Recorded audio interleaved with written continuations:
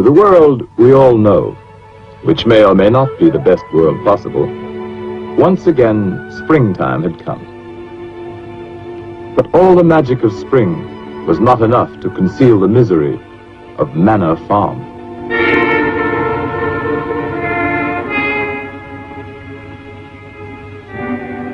Once thriving and fruitful, the farm and its owner, Mr. Jones, had fallen on evil days. Beset by problems of his own making, Mr. Jones had turned to drink. And for his misery, he had found poor company.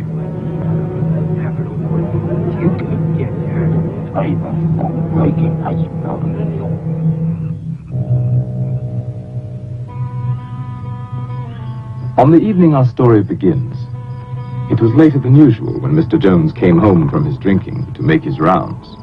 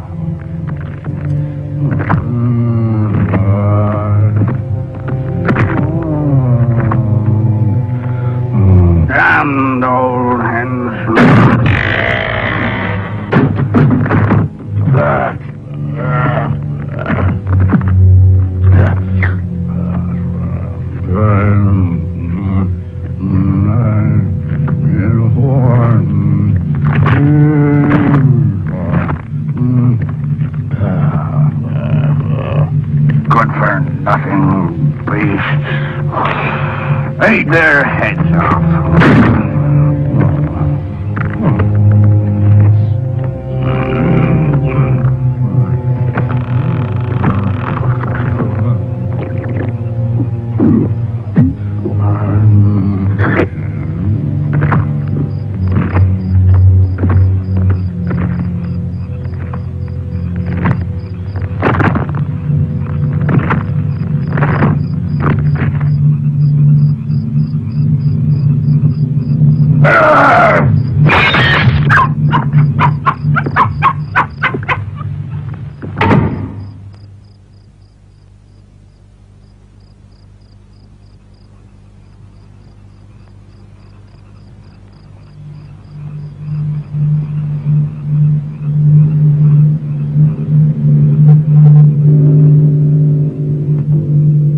On this night, all the animals had agreed that as soon as Mr. Jones was in bed, they would gather in the main barn for a secret meeting called by Old Major, the prize boar hog, who because of his years was regarded as by far the wisest of the animals.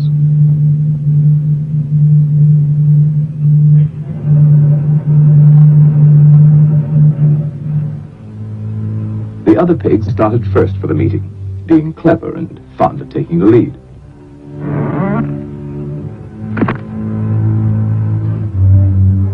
They were followed by Boxer, largest and strongest of the horses, and his devoted friend, Benjamin, the donkey. All the other animals, great and small, were anxious to get there, for such a meeting had never been held before.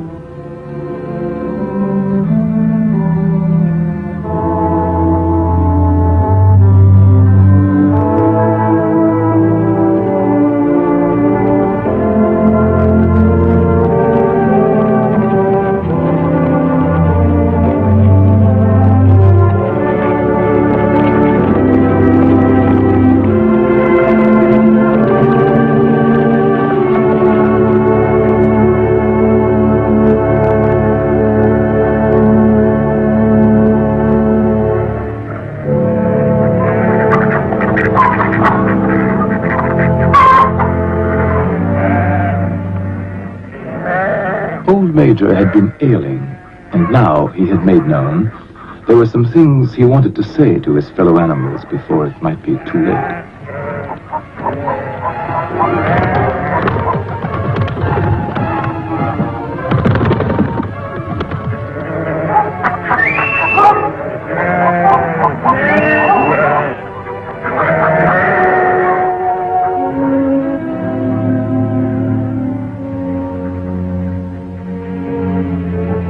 It took a while for all to find their seats.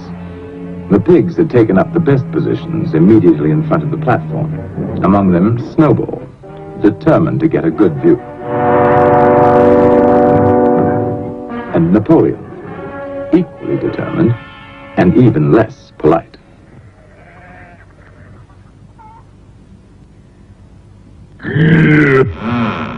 What was that?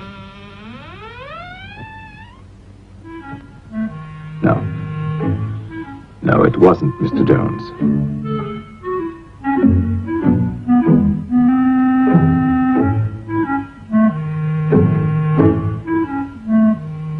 And at last, everyone could be settled to hear Old Major. My dear friends, I have lived a long life. I have had much time for thought as I lay alone in my stall. I won't be with you much longer, and before I die, there's something I want to tell you. Few of us will ever know the blessings of a peaceful old age. You, boxer, when you have given the last of your great strength, what then?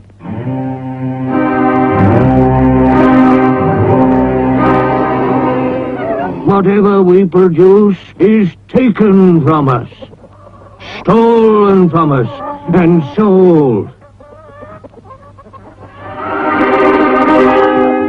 Our children are born to cold and hunger. Look at them while you can.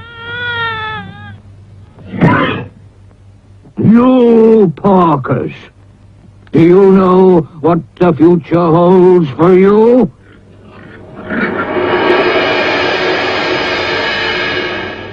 Do we deserve such a fate? Is this farm too poor to support us all? No, comrades. The farm is rich, but we'll never get our rightful share from Farmer Jones. Overthrow this evil tyrant, and we shall be rich and free.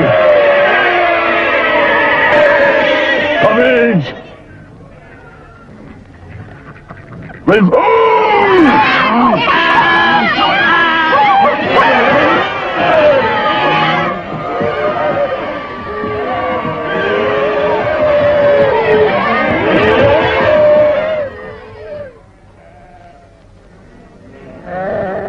But remember, when you have got rid of Jones, don't adopt his vices.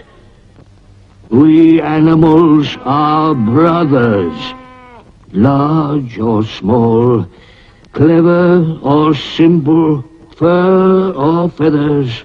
Now and forever, all animals are equal.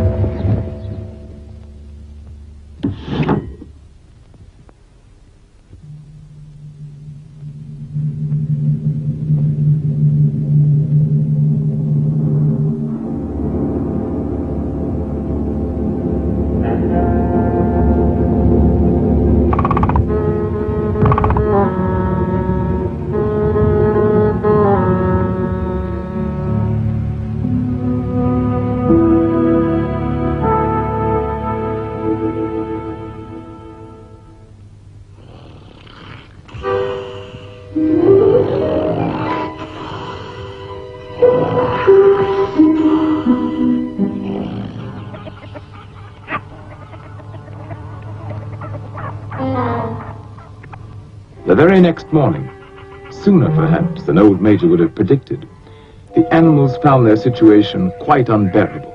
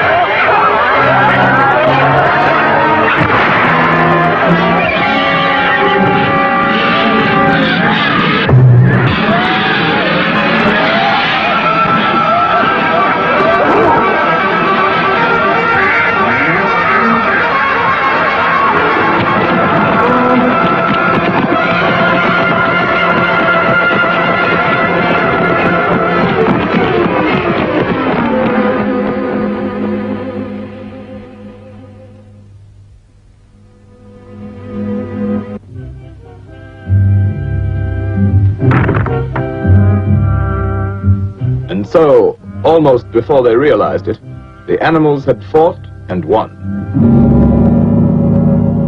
They had casualties to mourn, and those who died left children to be cared for.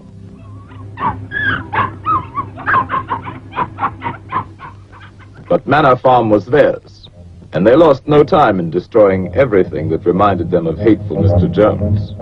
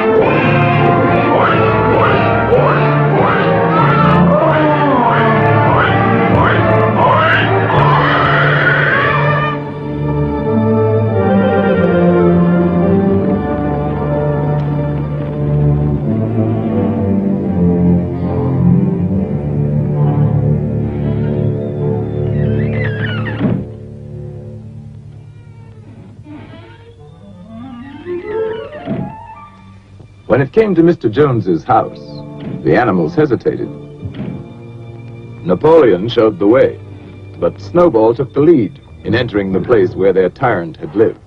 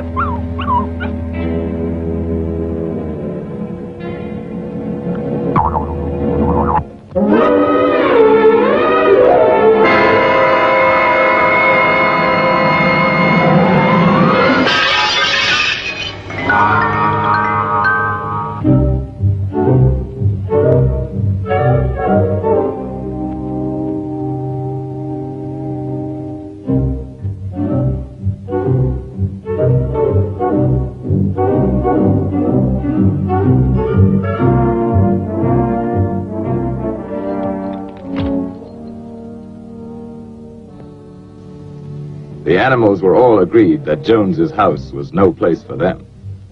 All, that is, except Napoleon.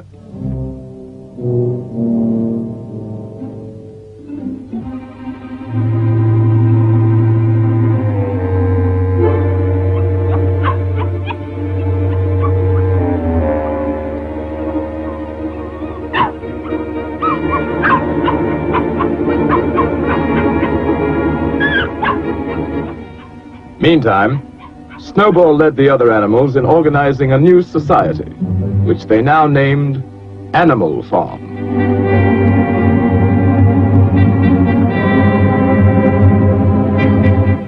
So that all might see and agree, the laws of Animal Farm were inscribed in a prominent place, to be remembered and obeyed forever. No animal shall sleep in a bed. No animal shall drink alcohol.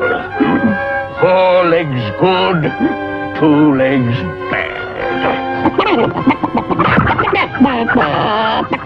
Wings, Countess Legs.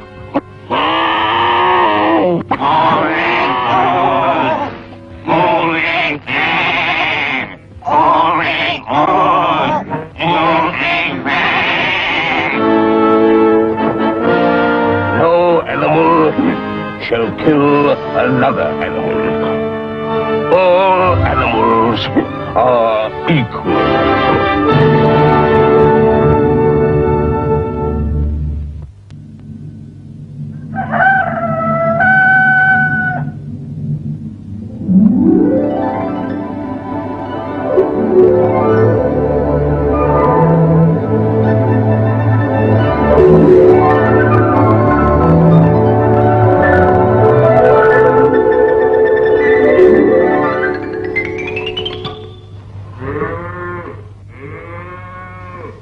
Tending farm by themselves posed problems for the animals, but the pigs could think of a way around every difficulty.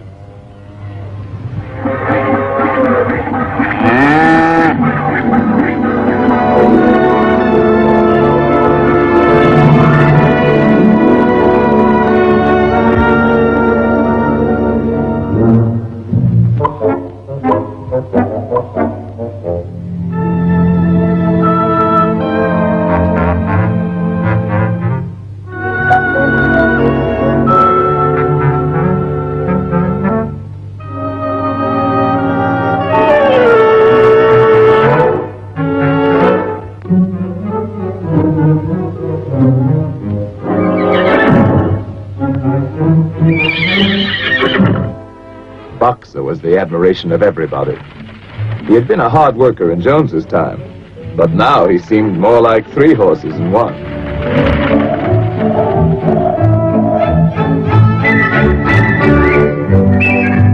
Instructed by Snowball, other animals worked out the rest for themselves, and the farm work was done like magic.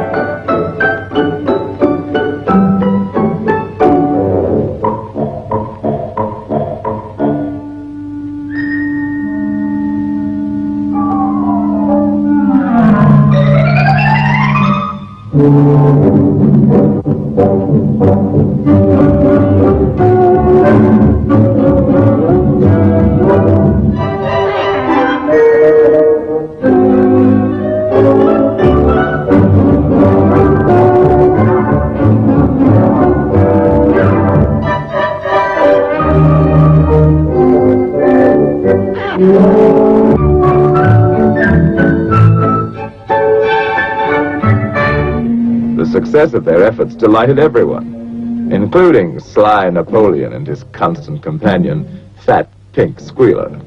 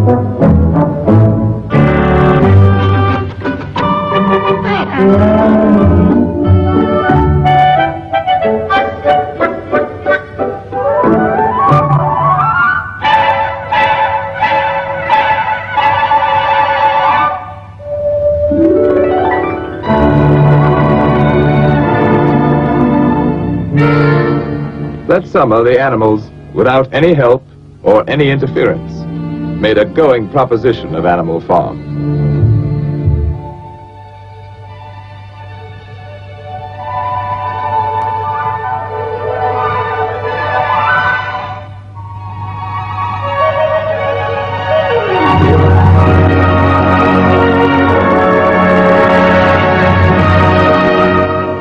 The fields yielded richly, and they were cut and gleaned with diligence and devotion.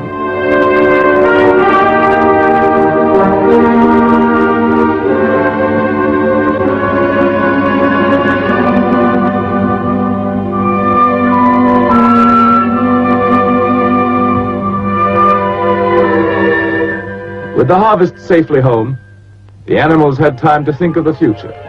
And at a meeting in the big barn, many resolutions were put forward. It was always the pigs who made the resolutions. Comrades, our first 5-month plan is a farm-wide triumph. And the time has come to spread the glorious news, so that our downtrodden comrades on other farms will break their chains and join the animal revolution.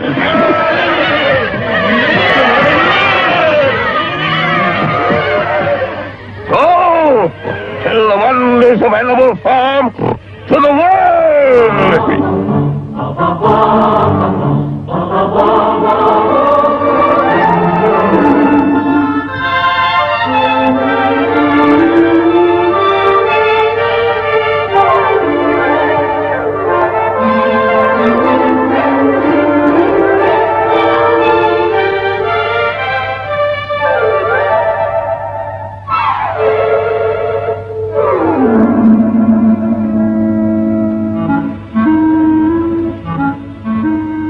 Some animals, content with their lot, were unimpressed by tales of peace and plenty.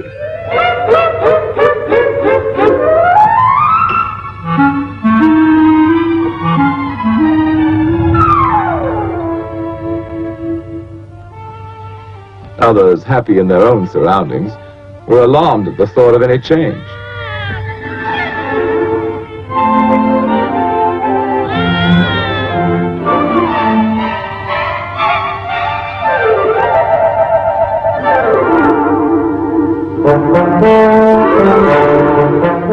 But wherever they were having a bad time, animals listened with interest.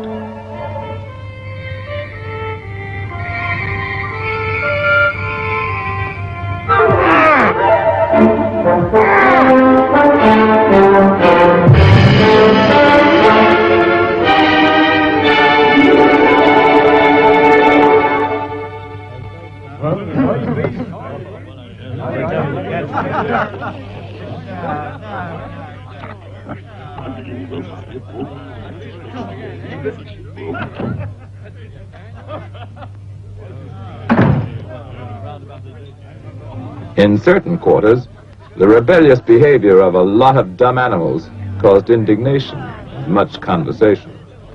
But nothing was done about it, for the drunken Mr. Jones and his cronies did not know what to do.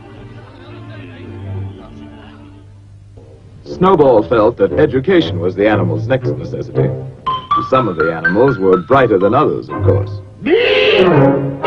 C! D!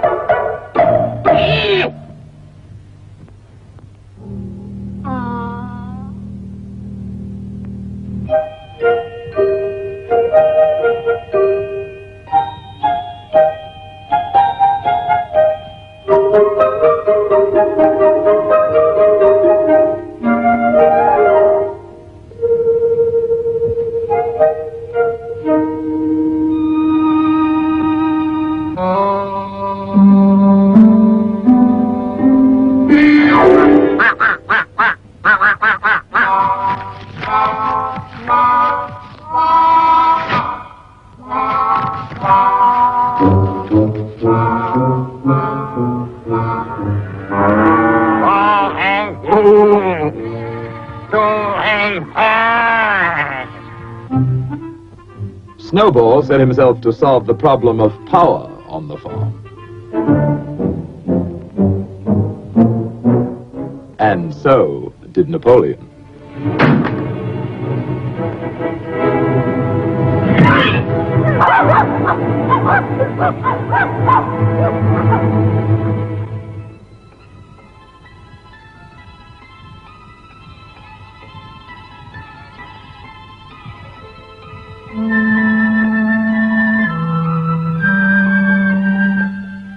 In January, there came bitterly hard weather. Inexperienced management brought shortages to Animal Farm. But Snowball continued his thinking for the future. And in such thoughts, he was not alone.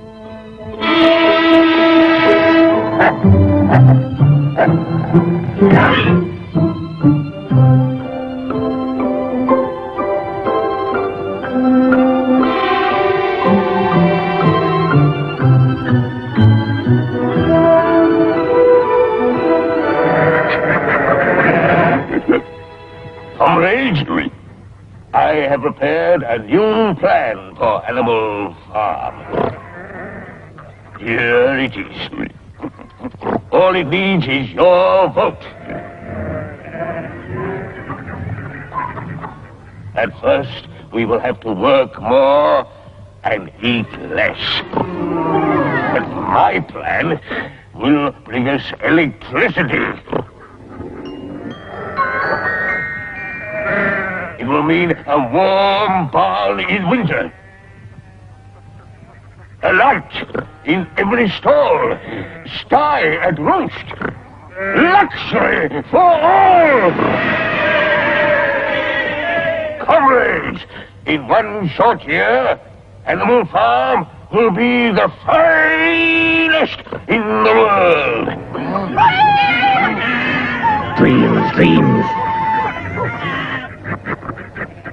A vote for my plan is a vote for the life beautiful. It's a lie. I'll promise you a 4-day week. Bosh! Perhaps a 3-day week. Nonsense! A 1-day week.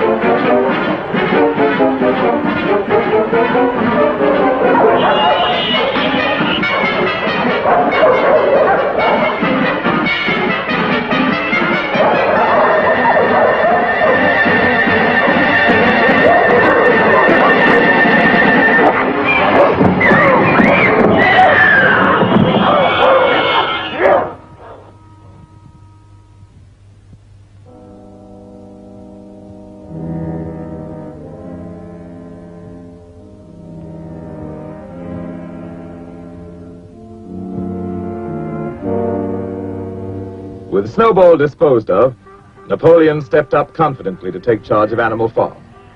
And Fat Pink Squealer became his obedient follower and assistant.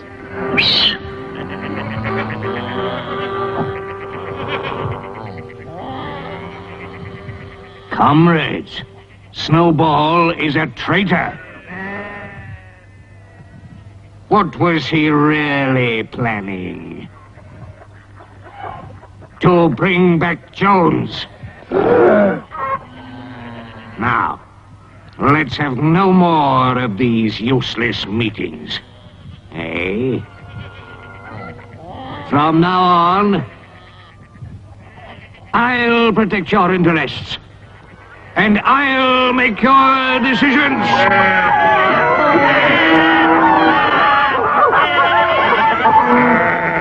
Let me show you my plan for Animal Farm.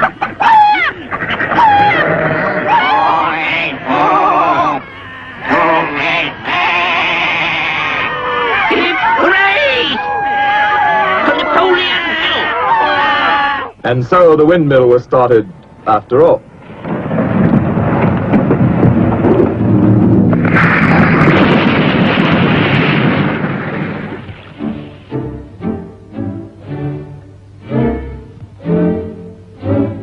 Nothing could have been achieved without Boxer, whose strength was greater than that of all the other animals put together.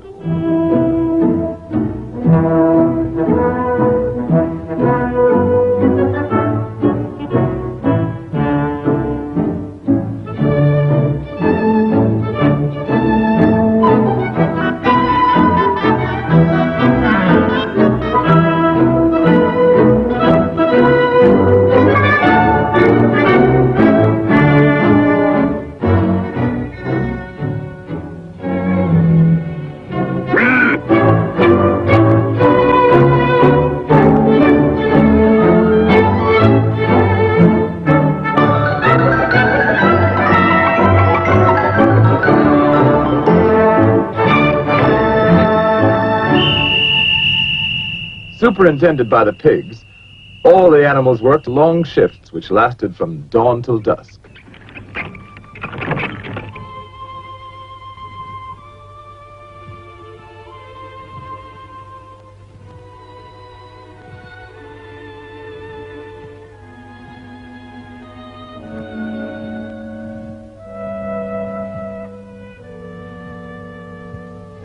Rations were shortened for the workers, but the pigs, by virtue of their brain work, were plentifully provided for. But the greatest inspiration came from Boxer, who, with his friend Benjamin, worked early and late, in season and out.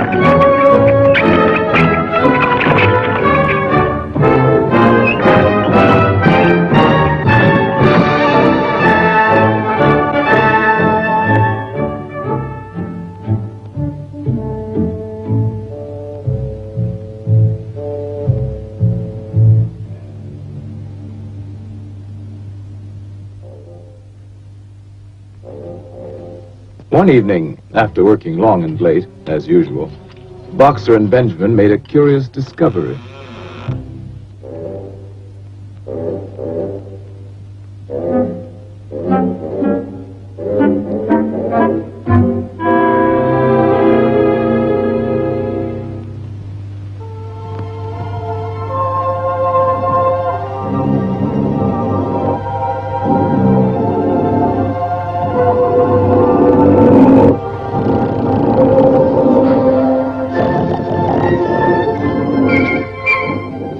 Word of what now went on at night in Jones's house spread quickly through Animal Farm.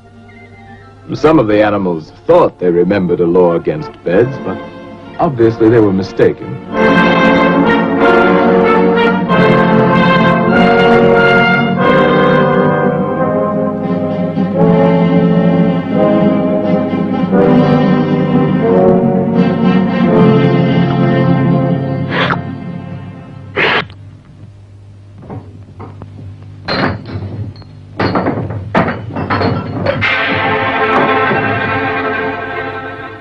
And now, other changes in the laws of Animal Farm were in store.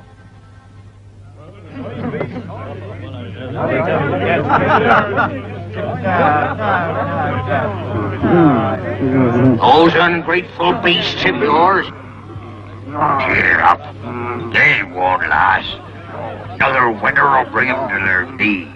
Anyway, where are they going to buy the things they need? In Mr. Jones's circle, the subject of shortages at Animal Farm was a popular one, and a sharp trader named Whimper was just the sort to do something about it.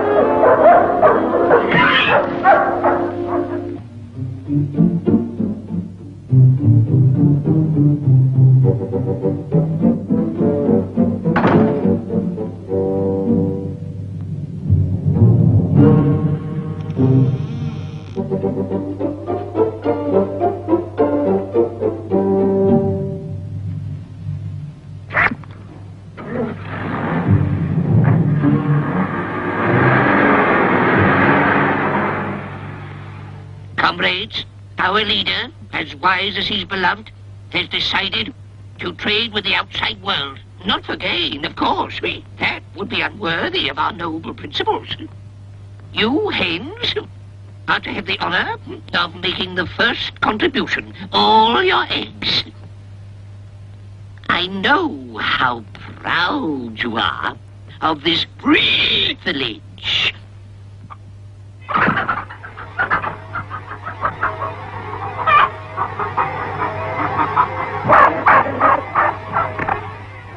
The chickens seemed to remember old Major saying that their eggs should never be taken from them.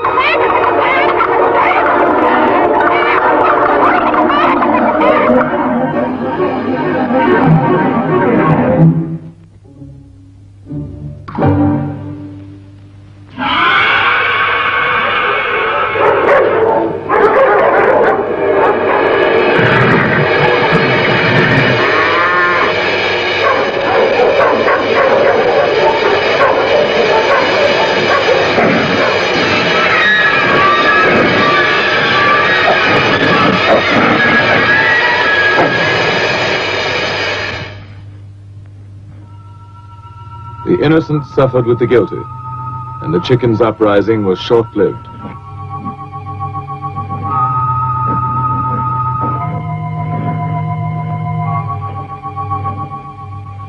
Comrades, I have made a terrible discovery. There are traitors among us. Yes, comrades. In league with Jones and Snowball. To destroy Animal Farm.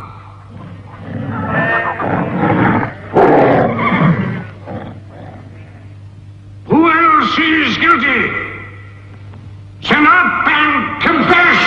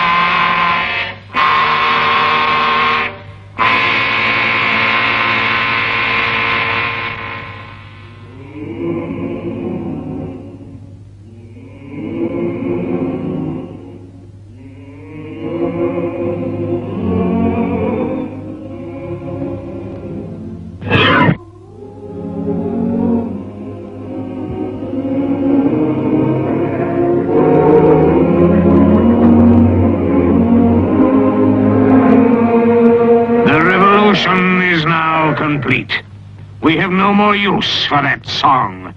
See, it is now forbidden, under penalty of death.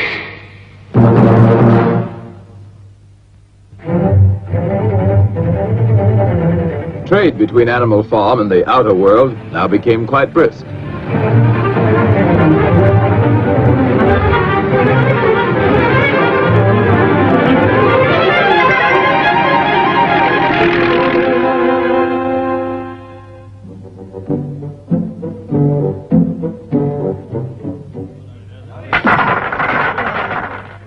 As might be expected, Mr. Whymper's profits inspired others to seek their share, or at least give vent to their jealousy.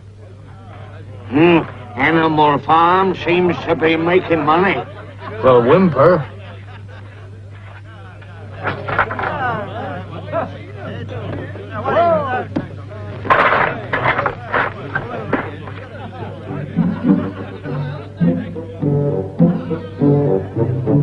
Who ever heard of animals running a farm? Have you seen a windmill? Come on, let's kick him out. Yes, kick him out.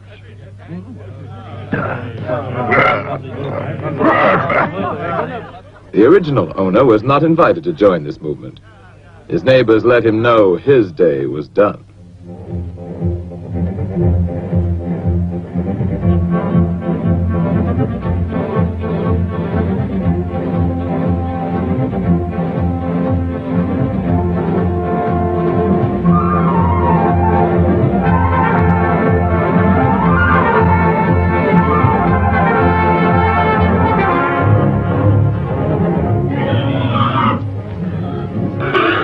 Comrades, the enemy has mobilized all his forces against us.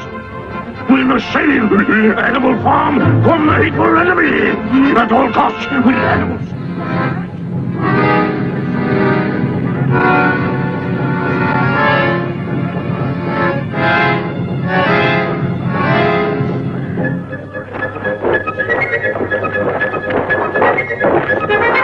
Now is the time to fight, to die for Animal Farm. Let us show them all that Animal Farm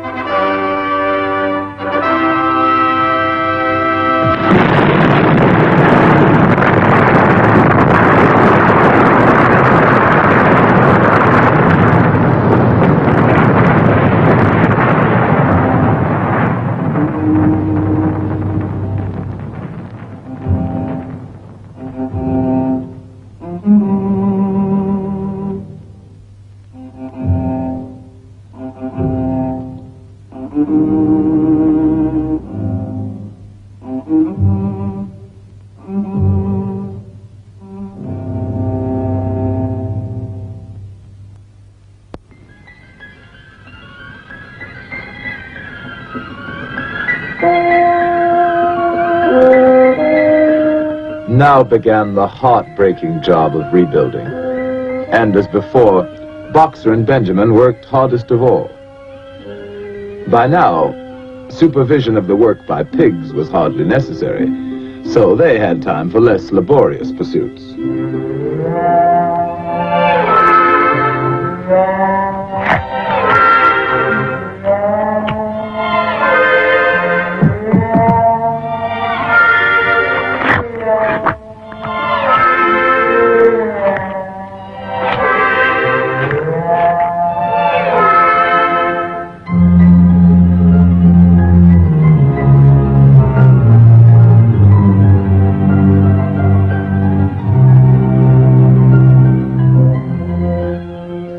Long after the other animals left the job, Boxer and Benjamin worked on and on, giving their all, year in, year out.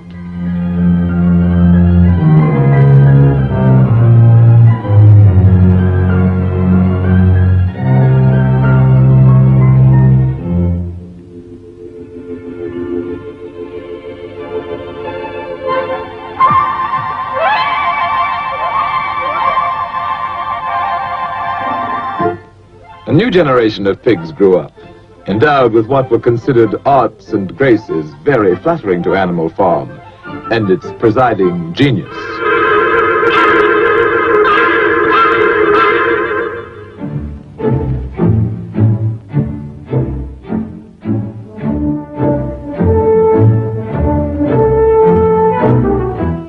But still the windmill was not finished, and Boxer's injured foot got worse instead of better.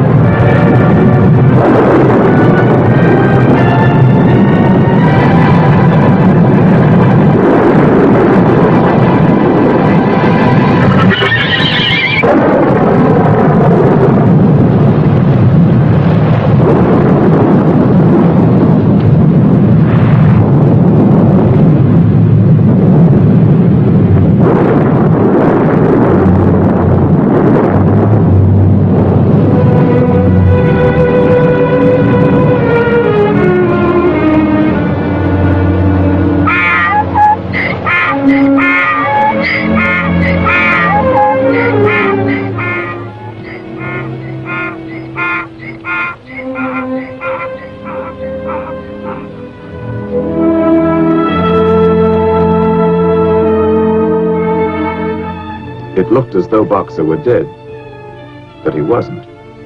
Not quite.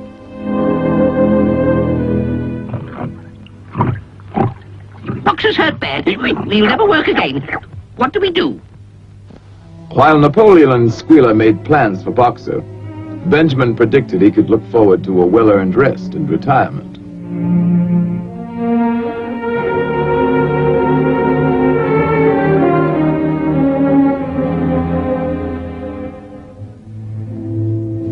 Next day, the windmill work went on as usual, but now without Boxer. And during the morning, what appeared to be an ambulance arrived. Only Benjamin suspected it wasn't an ambulance.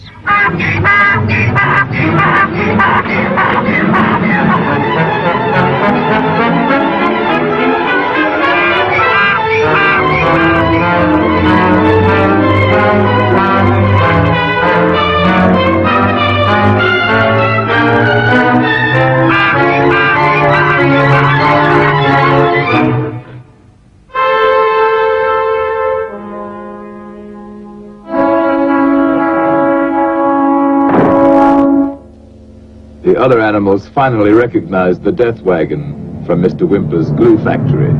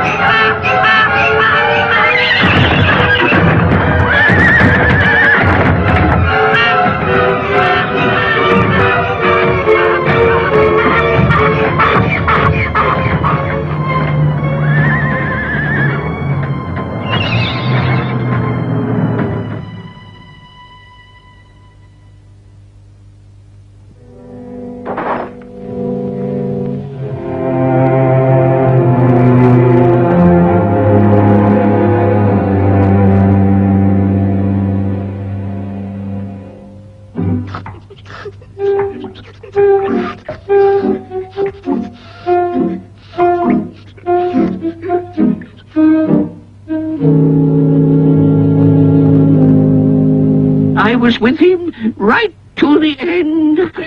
His last words were, "Forward, comrades!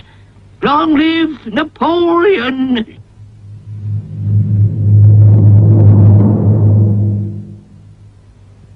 As for the wicked rumor that Boxer was sold to a glue factory, our beloved leader would never do that. Long live Napoleon! Long live Napoleon!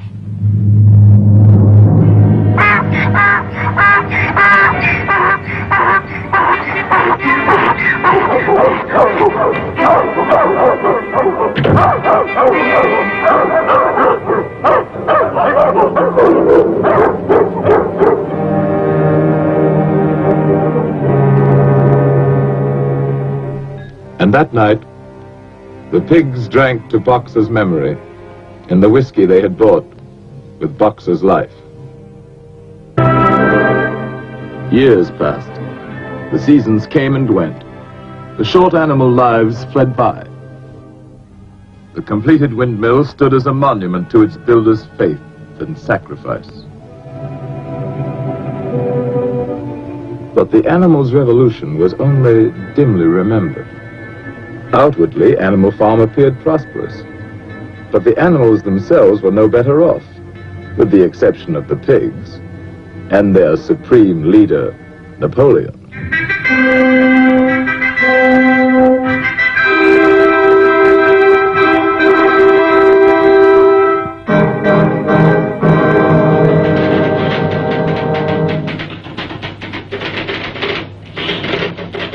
His pig-run enterprise now had many of the frills of real civilization. And one fine day, pig delegates from far and wide arrived at Animal Farm to celebrate the coming of a new era.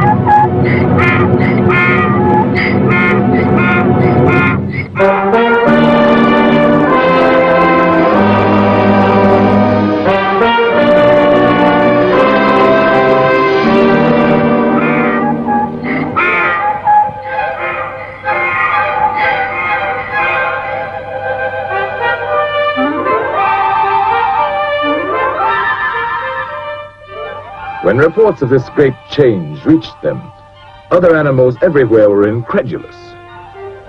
Dismayed and indignant, they headed toward Animal Farm from all directions, instinctively uniting once again in common cause.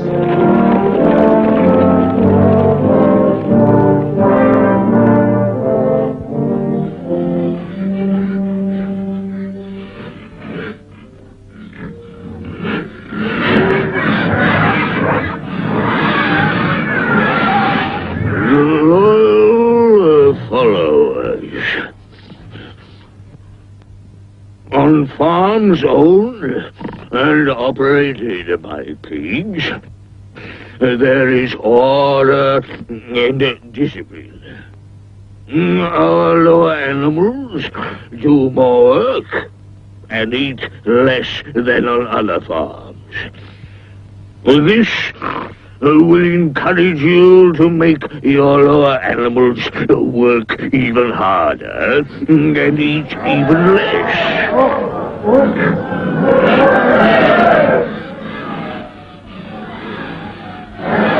To a greater Animal Farm. To peace and plenty under pig rule.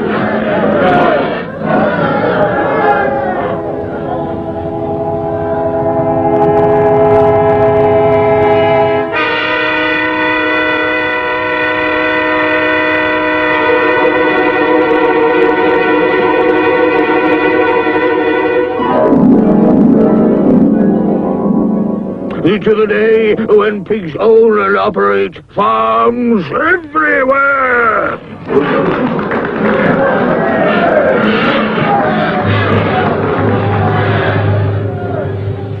To the animals, it now seemed that their world, which may or may not someday become a happy place to live in, was worse than ever for ordinary creatures.